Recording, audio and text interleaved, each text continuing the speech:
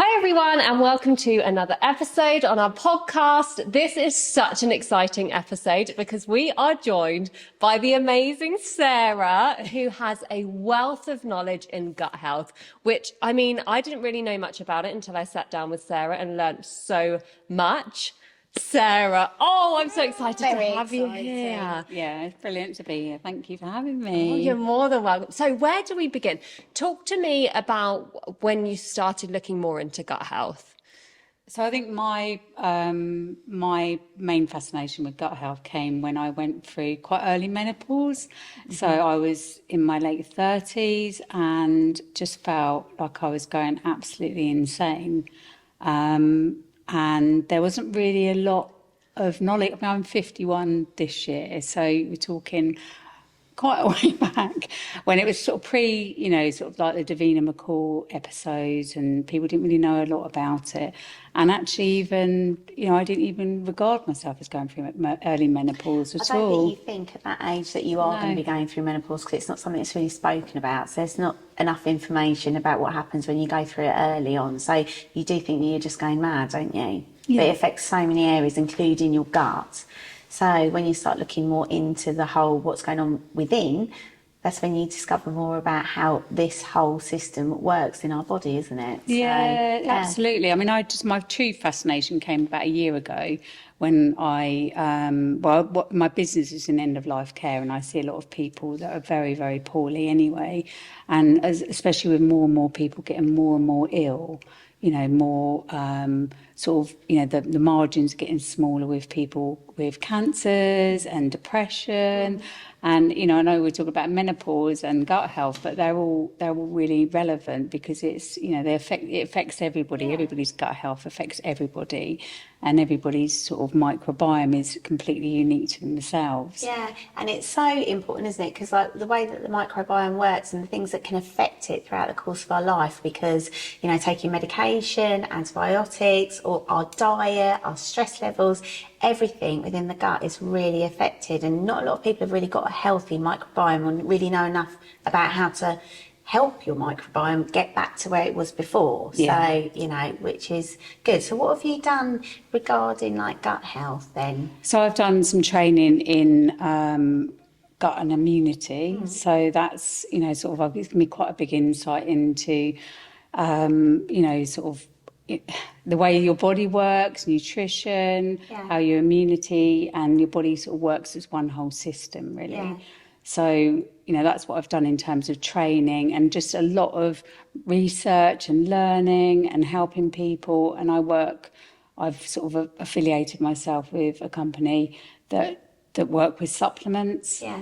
I didn't know a lot about supplements beforehand, and a lot of their stuff has been giving me a lot of insight around training. They've got a lot of nutritionists on board and GPs that specialise in gut health and menopause. And I guess it's just learning. It's an interest, isn't it? You have to have an interest in something. And I think the supplement side of things can be really scary and daunting. Because like I said to you before, I think you look at shops and things like that and you just think, oh yeah, that says to me, this is going to help my gut. But we don't know what we're actually putting in our bodies. And what you were saying to me about the company that you're with is how amazing, what the depth they've gone into to actually have something that really does work and it's natural, and which is so important in a society where we don't know what is, anyone can literally bring out their own gut health. And you don't really know what it is. They sell you the dream. This is going to cure everything. You take this one pill, it's quick fix. It doesn't always work. So. Well, I think in terms of that's got lots of legs to it, isn't it, really? Because I think, it's not just about supplementation. It's just about so many other things. And, it's about stress management. And I love some of your podcasts because you talk a lot about stress and, and community as well, being part of a community and, friendships, all those sorts of things that help our serotonin and help our dopamine, help us make us feel better. And all those are sort of elements to our gut health as well, So I think it's not just looking at one thing, it's looking at your health from the inside out and what can help you, and supporting it with other things as well. So what do you think, what would you say then was like the key things to sort of help with your gut health? What would you class as somebody that's got really good gut health? And how would you spot the signs if someone didn't have good gut health? Well, I think everyone's really different, and, you know, in terms of how, you know, there's no real one thing that can sort of, you can say, that person's got poor gut health. A lot of illnesses are caused through inflammation. So it's an inflammation of something that's caused an adverse effect, like skin conditions, irritable bowel syndrome, chronic headaches, or just headaches, low in mood, fatigue, wind all the time. Because people think that a lot of women, they do suffer bloating, and a lot of women, they're like, oh, I feel bloated. Well, a lot of it is inflammation, and it is down to your poor gut health. Whether you've got intolerance to foods, that then you can have like the bloating that comes from that, whether you're constipated, whether you have regular bowel movements. So, and a lot of people don't like talking about their bowel movements, but you do kind of have to really, it's so important. It's one of the most natural things. You know, our life is created around our digestive system because that feeds our whole body. So I was saying to you before, wasn't I? Because like when the egg's fertilised, the cell splits, and the first thing it's created is your brain and your bowel. And a lot of things we feel in the gut, our intuition, so like anxiety, nerves, that really affects your digestive system. So when you say, oh, some people, they have to run to the toilet when they get nervous or anxious, I cannot poop outside my postcode area. So if I go on holiday, that is because psychologically there's so many things that where our brain, it is directly connected to your bowel and our gut health. So like our microbiome is from the minute from our mouth all the way through, isn't it? That's it, So it's not just something, so when people, like, we assume that everybody knows this, but they don't always know that, because it's not something you're really taught about. And I honestly didn't know anything about it. And what for me, your gut is your gut. It's just a gut and it's there. I didn't really know much about it, to be honest. I've learned bits and bobs about it over the years, but not massively. But when you explained it to me as a garden, I was like, I get it now. So please, can you explain to everyone about the gut? Just what Belle was just saying. Yeah, your gut starts from your mouth all the way down into your tummy, all the way out to your poop station. That's pretty much I love it, a poop station. Your poop station, And we also have a sort of like a direct link between our brain and our tummy. So they're really interlinked, you know, in terms of, you know, people say, I've got that gut feeling. If you get nervous, you want to go to the toilet. You know, it's all those sorts of things that are really affected by our tummy. And so your tummy, as I like to describe it, as a garden. So it's about when people are, you know, so when they have something called dysbiosis, which is basically an imbalance within your gut, it might mean that you've got more weeds in your garden, you've got more bad bacteria than good bacteria, which is your flowers. So what we want to try and do is create more good flowers or growing flowers within your garden, and try and reduce the amount of weeds. And you're always going to have weeds. You're always going to have them because we sort of need them. But it's about how many weeds you have in your garden. So it's that balance right, isn't it? It's about it's about getting the balance, and things like stress and, you know, eating the wrong foods. You know, we live in a society where most people eat inconvenience foods or junk foods. And it can have a real detrimental effect on your microbiome, on your flowers, because you're not feeding them. You know, you're really not feeding them with the good things that need to be fed. So you're then going to create more weeds in your garden. And your tummy's pulling the nutrients out of this all the time, all the goodness. And, anything that where you have, irritation or stress, it can cause also leaky gut. So it will come out of your garden and it will go into your bloodstream. And that's when you start getting inflammation through the rest of your body. And I think that leads to so many different types of cancers as well, with like Alzheimer's. I think a leaky gut. There's a lot of things that we eat, processed foods as well. There's things that tear at your gut so that you then have the leaky gut. So you have got feces that's just going around your blood system that's going into everything. And that's why healing the gut is a really important thing to do. So on that, what are there specific foods that people can go, actually, okay, that is really good for your gut in particular? Yeah, so you have like prebiotic foods and you have probiotic foods. So all your prebiotic foods are things like onions and garlics and leeks, any sort of like those really rooty vegetables that you can eat, yams, all of that sort of type of stuff. And so they basically, are really good as a prebiotic within your stomach. And a probiotic food would be all things like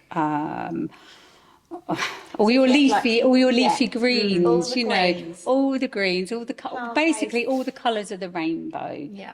So you need to have a really diverse diet. A very varied diet. I'm gonna be honest. You're rubbish at this. No, I wasn't going I'm to throwing put it you like under the that. bus. She's throwing me under the bus in front of all these people. I say this with love in my heart. Absolutely. You are not good with this. I'm quite fussy.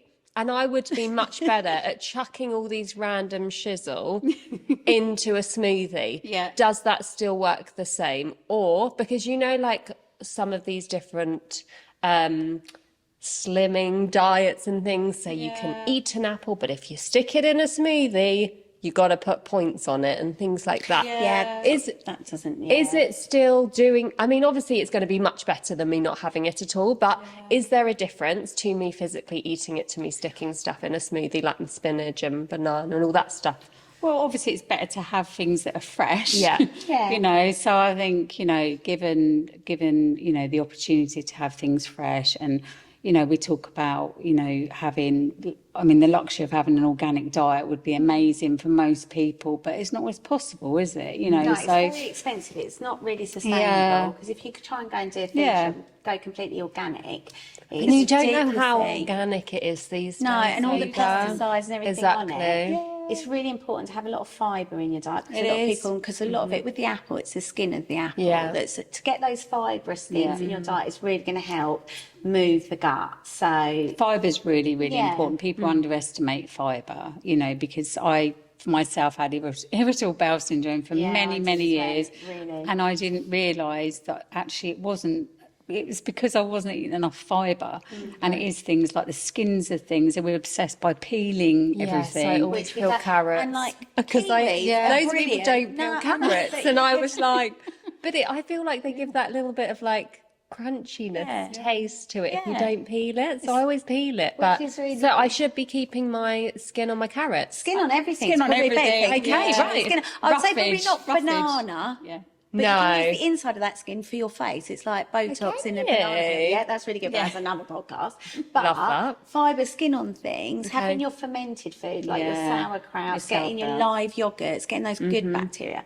Because the prebiotic feeds the probiotic. That's right, So you can have a probiotic, but you need the prebiotic to keep that probiotic alive, don't you? That's right, yeah. But also, adding supplements is okay, right? It does help and support. Yeah, I think, where people, can't necessarily, they've got fast-paced lives, and you have to be realistic, don't you? Because a lot of people, especially working mums, busy mums, I run my own business, I've got another business, it's not always, I live on smoothies, if I'm to be honest with you, quite often, and I have to meal prep during the week, so I'm eating well. But that's good, because that's a form of self-care, because another thing with gut health is loving yourself. It is really because with the brain, everything we eat is another little branch to that tree of our self-care, isn't it? So doing your meal prep, making sure that you're trying to do the best to get that in, going for the whole food options and not having so much, it's just another form of self-love, which we're all about. Absolutely. I was reading today, which I just have to share with you all. Okay.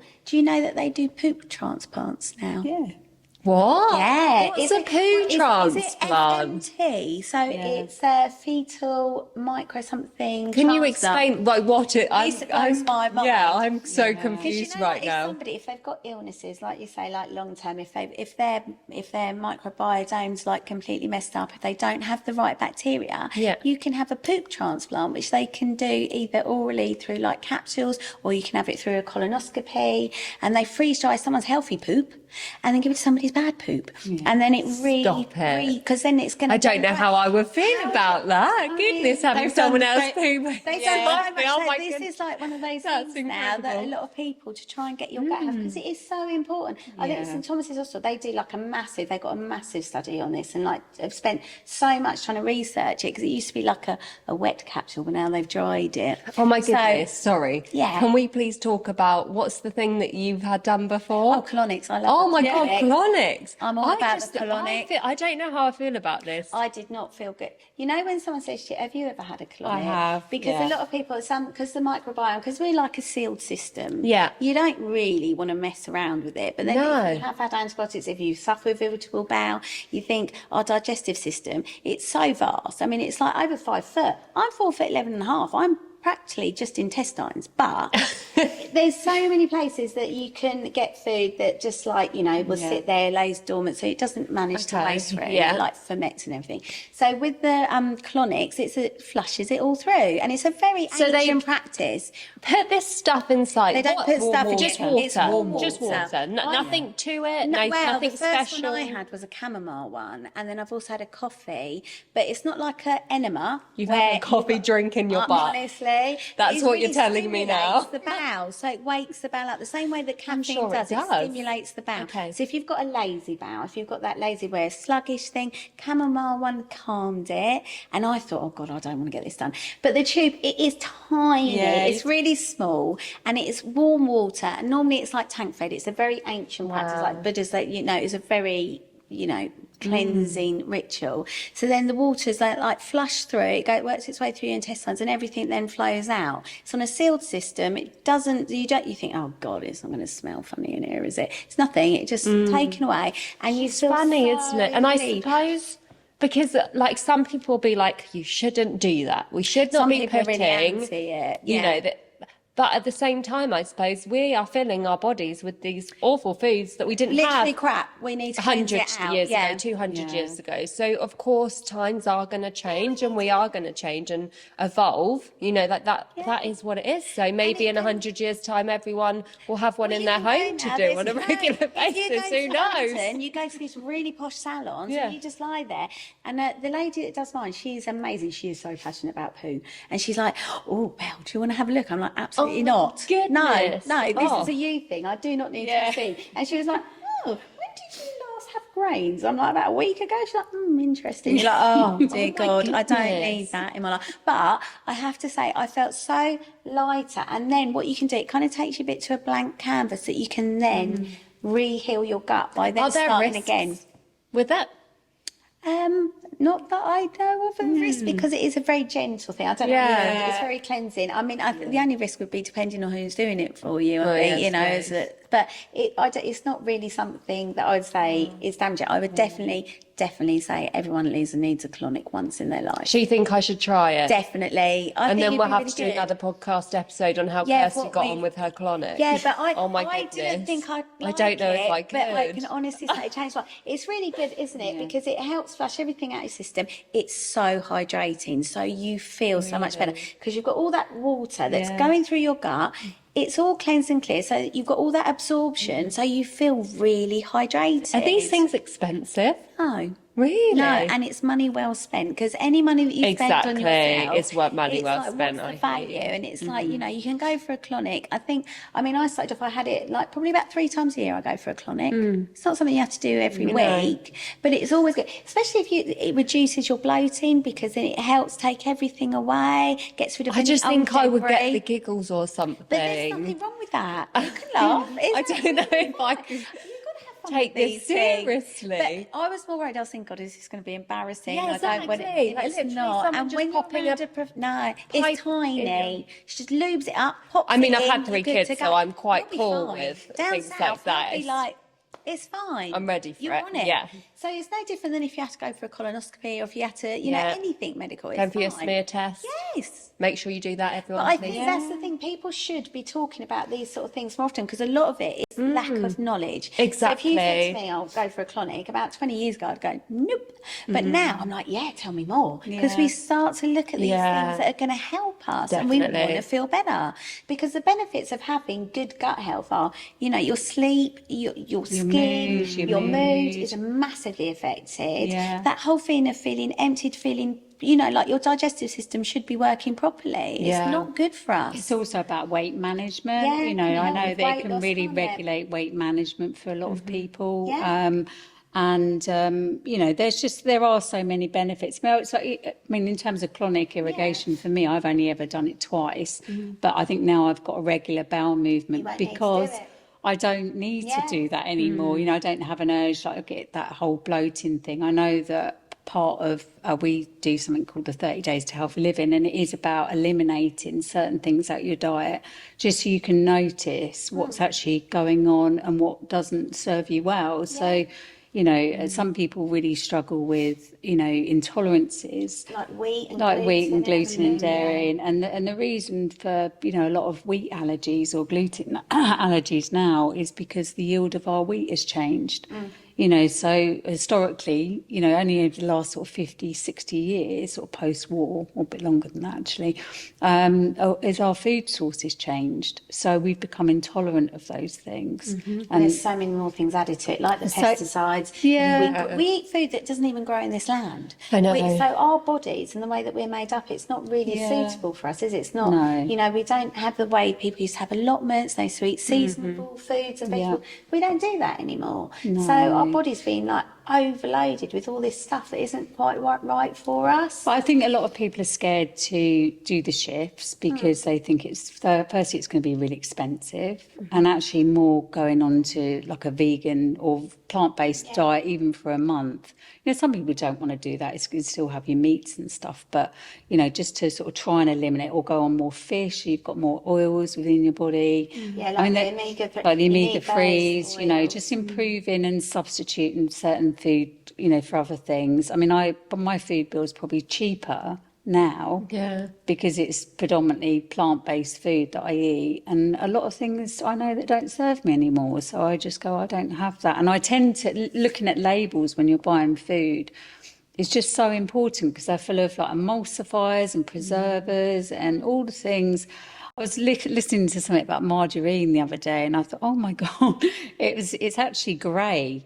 You know, margarine is grey. It's terrible. It's like one chromosome away from being plastic. Yeah, it is. Yeah. So it's not good for you. Always have butter. Never have I always have butter. Good. And that's the whole thing about them increased in like Alzheimer's, because they're saying actually people who are only really, you know, sort of like the predominance of Alzheimer's now is because of the low fat diets that were sort of instigated around the 80s. So not having diet culture has ruined most people's diets as such. It's like a man-made concept that actually just makes people fat. So you need fat, you need the whole food, you need those good stuff in you. We're scared of potatoes, we think carbs aren't our friend. We need so much, but you know, a plant-based diet really does help with your gut. It does. And having just increasing to like one day where, you know, even if you can just do that, really does help with let's look at this then. For people listening who are like, whoa, I now feel like I need to change my diet, add all these supplements in, go and have a clonic, like blah, blah, blah.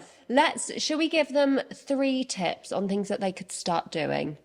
What would you recommend, Sarah? 3 things that you think, start doing this and this is going to just take you that first step into looking after your gut a bit more. Okay, I think the first one that I would definitely say is getting yourself into a really good sleep pattern. Yeah, I 100% agree with so that. I think that we can talk about the gut, but actually getting really good sleep so you're really well rested is really important. And it does take practice and time to do that, you know, trying to literally, you know, go to bed, and if you can get into bed for 10 o'clock, it's a really prime time of your sleep, around sort of 10 to 11 in terms of how your body produces hormones, and trying to get a good 7 hours, you know. So I think sleep's for me, number one, you know, and it makes you function better as well. Everything. I love this because I had no sleep last night. Me neither. We like the 0 Children, diet. honestly.